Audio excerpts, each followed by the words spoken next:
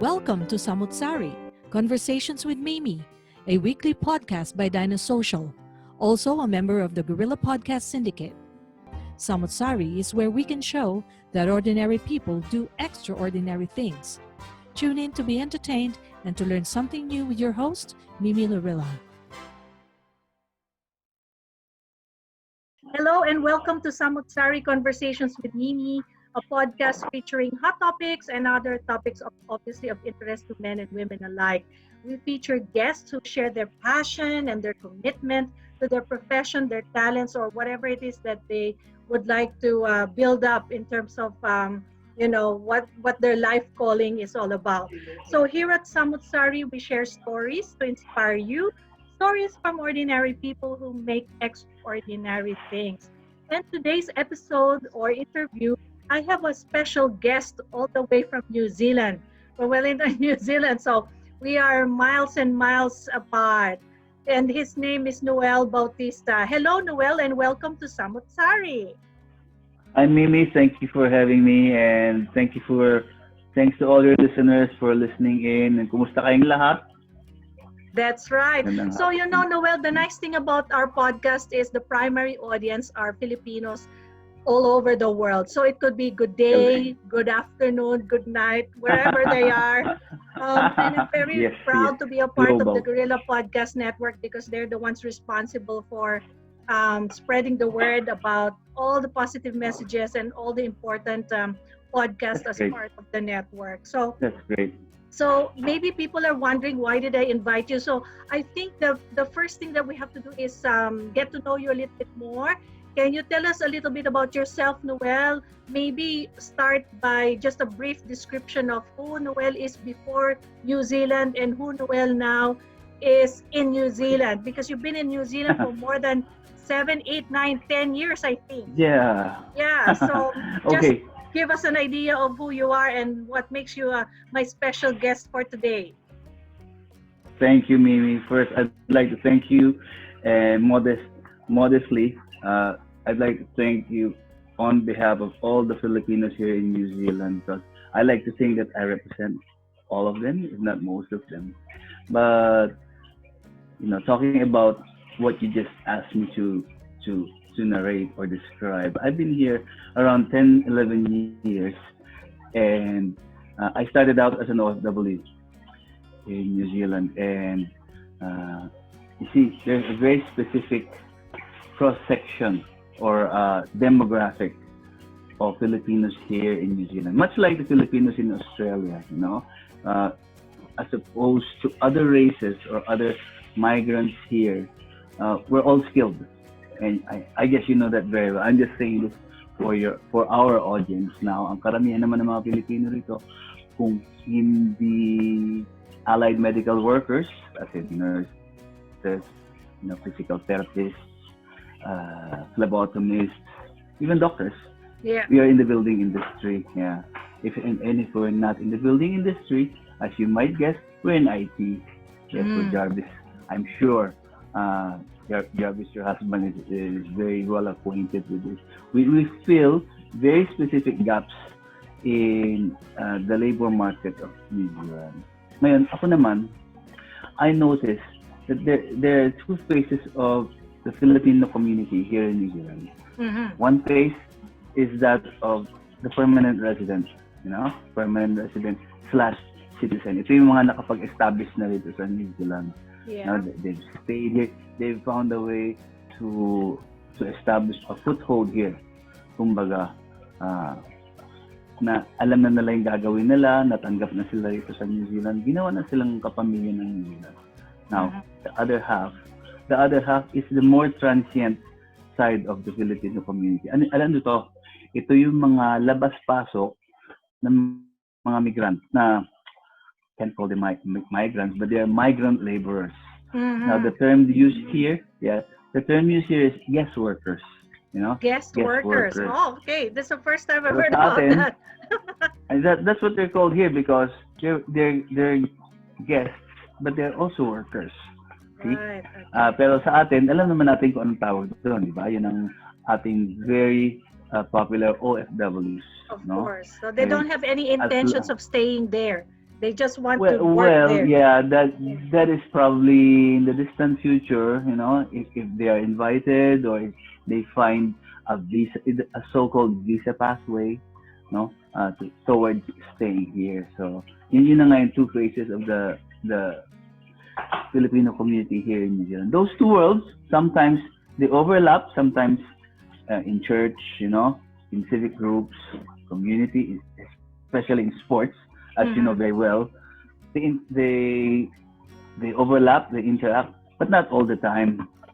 So ako naman, ang ginagawa ko, I have a blog, I write a blog, and this is like the bridge between those two communities. Okay. Okay. One drop, Noel, yeah. I've picked up a lot of things that you've said, which I'd like to tease out a little bit. Okay, so let's start Okay. first with, obviously our topic is about what are the current things that are happening in New Zealand now, and I want to put that back into perspective in terms of you moving to New Zealand, because a lot of people are probably still not as aware of New Zealand as a place where you can really build a new life, because majority of the people are still looking for bigger countries like the UK, the US, Correct. and obviously Mm. Australia is a part of the wish list of places where they want to go and Tama. potentially Mm. The wish go list. there as a Mm. permanent resident or as a citizen eventually. In your personal experience, what made you decide that New Zealand is probably a very good transition point to build a new life from way back 10 years ago? Because I will anchor that into another question which has something to do with the current Filipinos now. But in your case, what was your main motivation for uprooting your family and moving overseas? I have a personal backstory kasi my brother had been here, established a foothold, nakarating na siya in the 90s. Okay, so you So, have links or yes, connections or ties to the yes, country. Yeah. I had a family linkage. Ngayon, dumalaw kami sa kanya dito. That was middle 2000s, noughties. Tapos sabi niya, ano bang ginagawa mo sa Pilipinas? Sabi niya, if it's not the most lucrative situation that there is, why don't you try out here? So one thing led to another na nakapag-temporary visa ako, and the rest is history. Yes. Nakapag-stay na ako dito. So lucky you have the my ties. case, correct. My case is a bit, it's not typical. Na, kaya lang, what is typical is if you can find a job Mhm. that, as you know, the locals or New Zealanders aren't particularly interested in, and you get, you grasp that, and you don't let go, and you upskill, eventually you'll find a way to stay here. Yes, yes. I agree. Because Noel, believe it or not, until now I get those random messages on Facebook. I get a random email every so often asking me, "Ma'am, I want to know how to go to New Mm. Zealand. What do I need to do to move to New Zealand?" Correct. So people think it's Mm. as easy as, just quitting your job in the Philippines and boom, off you go. Correct. So It's not, as you know, it's not. Mm. I know. So I want you to explain to our listeners today what are the newer requirements, because I'm pretty sure from 5 years ago, 6 years ago, things have changed Medyo, it's very drastically. fluid. Yes. So The situation is quite, what is your knowledge at the moment in terms of the jobs that are available or lucrative, and are there changes to the migration policy that you are aware of? okay. So guys, we're not talking about this because Noel and I know a lot about New Zealand immigration, but No, we're because not. we have personal experience of going through that, we're Correct. just sharing with you. So Ah. that's a disclaimer, because people might think Okay. we are Hindi po certified or immigration. or Yeah. consultant, hindi po. Lahat Yes. to medyo anecdotal. Yung Yes. tungkol lang sa Okay. dinig namin, yung mga experience Of namin. course. Of course. Pero Yeah. what the Filipinos enjoy, no? I'll stick to what I know, obviously. What Filipinos enjoy here in New Zealand is we have the benefit of standing on the shoulders of those who came before us, nakabayan natin. A specific industry is the dairy industry. I don't have numbers with me now, Mimi, pero Kiwis don't like to work in the dairy industry anymore. They would rather work in retail. They would rather work in the traditional trades, as you very well know. For the benefit of our tagapakinig, no, ang mga trades, yung mga carpentero, mekaniko, plumber, mason, yun ang mga specific trades na you pass an apprenticeship, tapos magiging master of whatever ka na, and then eventually you become a master of whatever trade. In the Philippines, vocational, nothing to be ashamed of.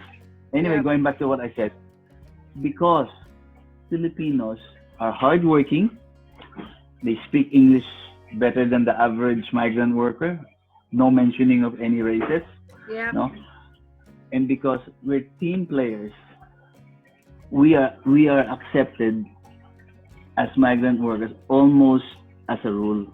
Now, to make it easier for us, no, like for example in the dairy industry, there are quotas reserved for Filipinos. It might be hard to believe, pero meron talaga mga they're so-called visa pathways reserved for us because we have proven ourselves. But it's not just in the dairy industry. Yep. So book na ang mga Pinoy. Like they know that they can rely on Filipinos. So which brings me to another point, Noel, because now that we have that reputation, now that we have that trust, now that we know that Kiwis really prefer Filipinos because they can depend on them, I really feel bad when I hear certain sad stories or negative stories because you said we are anchoring our name from the people that have been there before us. So what can you say if there are still some pasaway Filipinos who have not yet gotten rid of their previous attitudes and mentalities and are not, psychologically ready to change their mindset to work in a foreign land? What can you say about that? Ang nangyayari diyan is yung mga typical Filipino bad habits natin, yung mga kung pwedeng makalusot, ilulusot, diba? Yung mga finding back doors, and typical as you may know, you know very well because you have also stayed here longer than I have. Alam mo naman, these things just don't work, especially in the Commonwealth countries like Australia, Canada. Hindi talaga umuubra yan. Hindi talaga ubra yan sa mga bansang tulad ng New Zealand. Ang nangyayari yan, it's the system. It's the system that weeds out those anomalies na may mga taong akala nila you might be able to escape with one or two cases na nakalusot ka, but you can't do it all the time. I'm sad to say that in the dairy industry, there was a recruiter, sad to say, kabayan, na marami siyang naipasok dito sa New Zealand as worker. Kaya lang, she was using dodgy documentation. Eventually, she was found out. I don't know if you've heard of that case where so many people were affected because even though they did nothing wrong, even though they had the qualifications, the documentation was faulty. That's right. Buti na lang. I think this will be a partial answer to your question.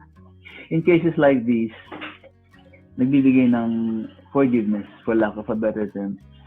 The New Zealand government forgives these cases when parang the Filipino workers were unwitting in their being part of this. That's right. Fraud. Yeah. So I want to answer your question. What do we do when we have kabayan who cannot? That's right. What do we do? That's the to let question. go. What do we do? Ang sagot yan, iisa lang. The system. It's the system of it. It's not perfect. You know very well it's not a perfect system. There are it's faulty. Pero as a rule, it will weed out those who are fraud and who want to use shortcuts and wala, pag may sumabit, kasalanan na nila yun. That's right. Pero as a rule, I can tell you the Filipinos, yun ang phenomena ng Filipino eh. Sa labas ng Pilipinas, Filipinos follow the law. Alam mo ba yun? Diba? So, that's also part of tayo sa Pilipinas eh. I know, Noel, because that's part of when you leave your country for various reasons, personal reasons, professional reasons, there's Filipino mentality as well, that I have to survive in this new environment. So I have to be Correct. more matino and I have to change. Correct. I have to survive. So that means part of me will have to kind of shift my level of thinking. Paradigm For shift. example, Yes, yes. if even if you are a nurse, you don't start as a nurse straight away. Sometimes you do Correct. those odd jobs, or sometimes you are in a Tama. lower level, like a PCA, the personal care assistant, and then you Yes, get local yes, yes. qualifications before you become a real nurse in New Zealand. Bridging or a Um, bridging course. That's right. So, in a way, can you say that this kind of trend has been consistent over the years, or has it changed now? Absolutely. I can tell you na there are Filipinos, ayun na naman tayo, no? Ayoko naman sabihin na nagbubuhat tayo ng bangko, ano? Pero we are resilient, you know? Mm. We make do. We are a make do people who if we often enter situations that aren't ideal. Like, for example, we like to think of ourselves as above average English speakers. Totoo naman yun. But you know very well, the Kiwi English is a different banana altogether. It's a different. So, papasok ka rito, nurse ka, no? Kunwari, board passer ka. You speak English reasonably well. Papasok mo, hindi pala maintindihan yung English ng Kiwi. So, but you make do, di ba? You make do. They might be able to understand you, pero you don't understand everything they say. But I guess this is a common migrant experience of Filipinos everywhere, di ba? Yeah. Yeah, So, what I'm are you trying to saying say. that the workforce base, or the Filipinos that have consistently entered the country and have settled them, have grown over the years? So, has it stabilized now? Because New Zealand probably has had a quota na, or they already have the number of people that they need to serve the different industries where those skills are required. What can you say about that situation at the moment? Ganito masasabi ko, Mimi, no?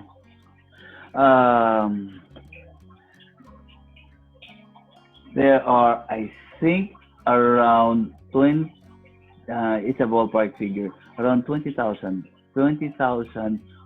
Filipino work visa holders in various industries dito sa New Zealand. The phenomena of the New Zealand labor market is that it will always have unemployment and underemployment, diba? That's part and parcel of the reality of New Zealand. Ang problema, the New Zealand will always need migrant labor because it is willing to work for rates below that New Zealanders will accept. Mm-hmm. So, Yes. in other words, businessmen will always find lowest level. And it doesn't have to be any particular industry. It's in many industries. And it affects not just, and it favors not just Filipino migrant workers. Lahat yan. Lahat nanggagaling sa South Asia, nanggagaling sa Third World, anywhere. So in answer to your question, Filipinos will always be wanted here as scaffolders, as builders, as like we said nga kanina, daily workers. In the South Island, Filipinos are running dairy farms. The dairy industry is dominated by Filipino workers. Yeah. You will find story after story of dairy owners saying, my dairy farm will not operate. It will not function without these workers. Yeah. Ang problema, immigration New Zealand, politically and economically, they have to set what you call remuneration bans para ma-justify nila yung kanilang to maintain, their migrant numbers. Well, if you're earning below this number, how can you justify giving you a work visa? You're earning below the median wage, tapos bibigyan ka ng work visa. You're earning below, di ba? Hindi naman below minimum, pero below the But median. still not the Tapos average pay. Yeah. Correct. But Tapos Filipinos will take it because that's still even higher than what they would have earned back home. Correct.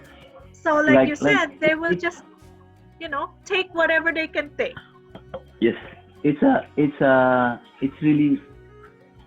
really supply and demand, di ba? Yeah. Kung yun ang ino-offer na wage, tatanggapin ko yan because I have to work, di ba? And of course, we have to admit, Mimi, at the end of the day, there is still that carrot hanging, di ba?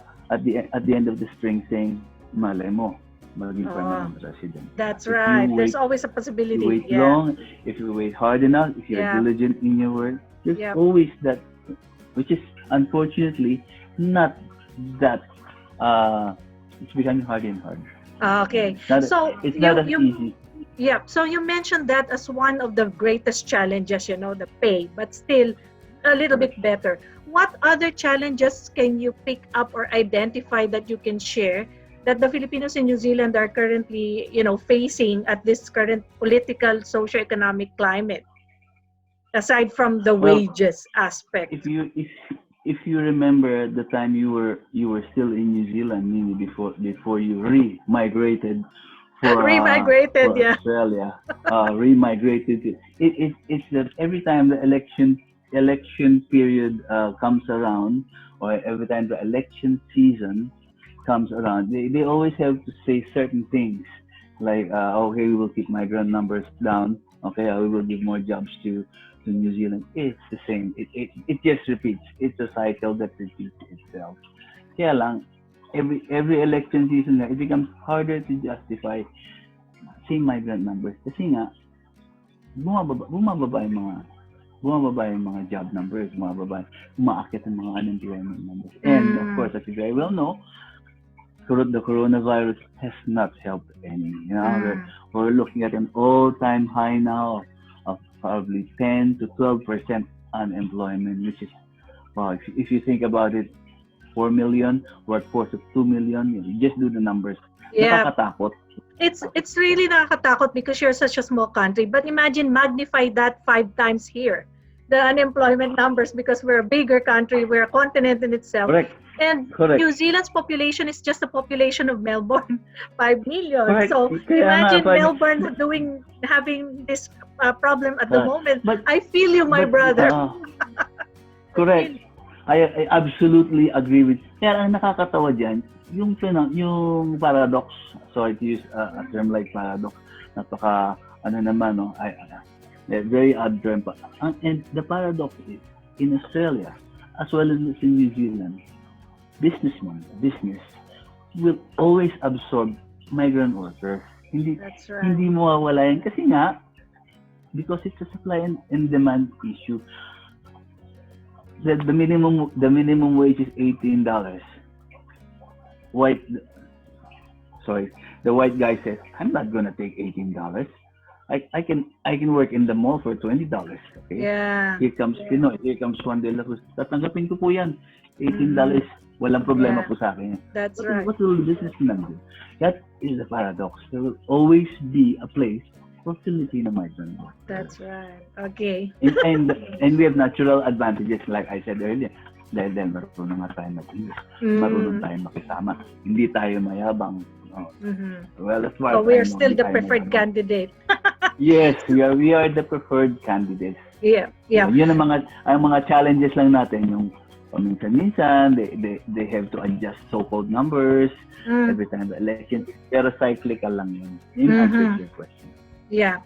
So Noel, just linking that into your blogging and your concern for the Filipinos, what makes you really interested in this topic about immigration, migration, Filipinos settling in New Zealand? And I read your blogs, and I really feel that the words and the content and everything is so relatable. So can you give our listeners an idea of why this is such an important topic for you and why you're passionate about that? Okay. Ganito kasi yun. It took me a really long time to get, to gain a foothold. Maka foothold lang ako sa pagiging resident dito sa New Zealand. And I really feel it every time I see someone na who tries to dream the migrant dream. Ngayon, tuwing may nakikita akong tao na nasisiraan ng loob, I feel it's part of my duty to share with him my experience. Dahil alam mo, as you know very well, no, every Filipino's experience papuntang permanent residence, unique yan eh. Unique yan dahil some may have gone here ahead. You know, I was part of the wave of, I lived with a group of 60 Filipino linemen. If you remember the Downer group, yeah. Dumating sila rito, ano lang sila, placement agency lang sila. They came from all over the world. Pasok sila rito. So, na-realize ko yung mga kwento na led the different backstories. So, that led me to my blog. Sabi ko, I wish I could tell people about how migrant life here, from ground zero. Here, and like I told you nga, there are two very distinct parts of the Pinoy community here in Wellington. Kasi there are these people who are here, okay na sila, wala na kaming problema. And then there are these people who are very transitory. If I'm here next year, same time next year, I'll consider myself to be a very lucky person. And that's how my blog was born. Just plugging it, ylbnoel.wordpress.com. And in the near future, that might be transformed into a podcast the next time. You never know. Yes, with inspiration and guidance from Miss Mimi Laurilla, Gorilla Podcast Network. Yes, we will do our training sessions and everything else offline, Noel. So, thank you very much. And you know, the podcast episodes don't run forever. So I think I will have to end our session now, our show now. But for my last question, Noel, what do you advise other people who may be listening to us? It could be in the Philippines, it could be somewhere else, not in the Philippines, who are still dreaming of a potential life in New Zealand, because they don't want to visit New Zealand just for the heck of visiting it. They really want to migrate there. What advice can you give them? Ako, no, as always, I'll be basing my impromptu advice on my own experience.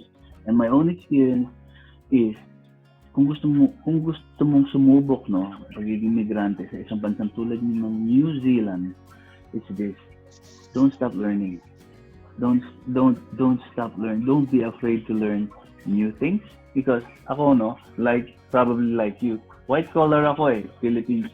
Pero nandito, sinubukan ko maging factory worker. Sinubukan ko maging miller. I worked in a flour mill, and that's how I got lucky. Second thing, don't be afraid to learn, and don't be afraid to upskill. Don't be afraid. Kunwari, you're asked to volunteer to learn other things, lateral development. Tanggapin mo. Huwag kang matakot na mag-admin. Huwag kang matakot. Kung nasa production ka, huwag kang matakot ng packing. Dito, there's a health and safety industry. People become health and safety auditors.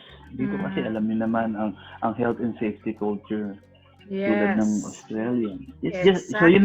Just to summarize, don't be afraid to learn new things, and don't be afraid to upskill. So in other words, we have to be versatile, and we should not be stuck with what we know, because you know, like I said, it's a survival instinct also. You'll do anything and everything. Pinoy, no? Yeah. Maparaan yan at 20s, at 30s, at 40s, it doesn't matter. Yeah. Diba? 50s the new 40.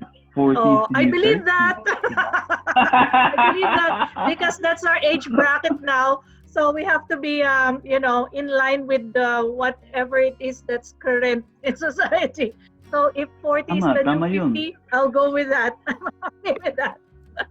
Okay, very well Noel, said. Alam mo. Thank you very much for coming today. So guys, if you have any stories or topics that you wish to feature in the show, please reach out to me via email at mimi@dinosocial.com. Samu't Sari is a member of the Gorilla Podcast. You can reach out to me by my Facebook page, my Twitter account, and of course through YouTube channel. Noel, it's been a pleasure. Hopefully there will be a part 2. Hopefully there will be part 2 or part 3 if our our schedules allow us to come together again. Always here. Yes, and I'm looking forward to reading more of your blogs and hopefully Thank listening you. to your podcast. So, Noel, bye for now. Likewise. Thank you, everyone. Thank And you. Thank you to all your listeners. thank you. And this is Mimi saying goodbye. See you next time for the next edition of Sari. Bye, everyone.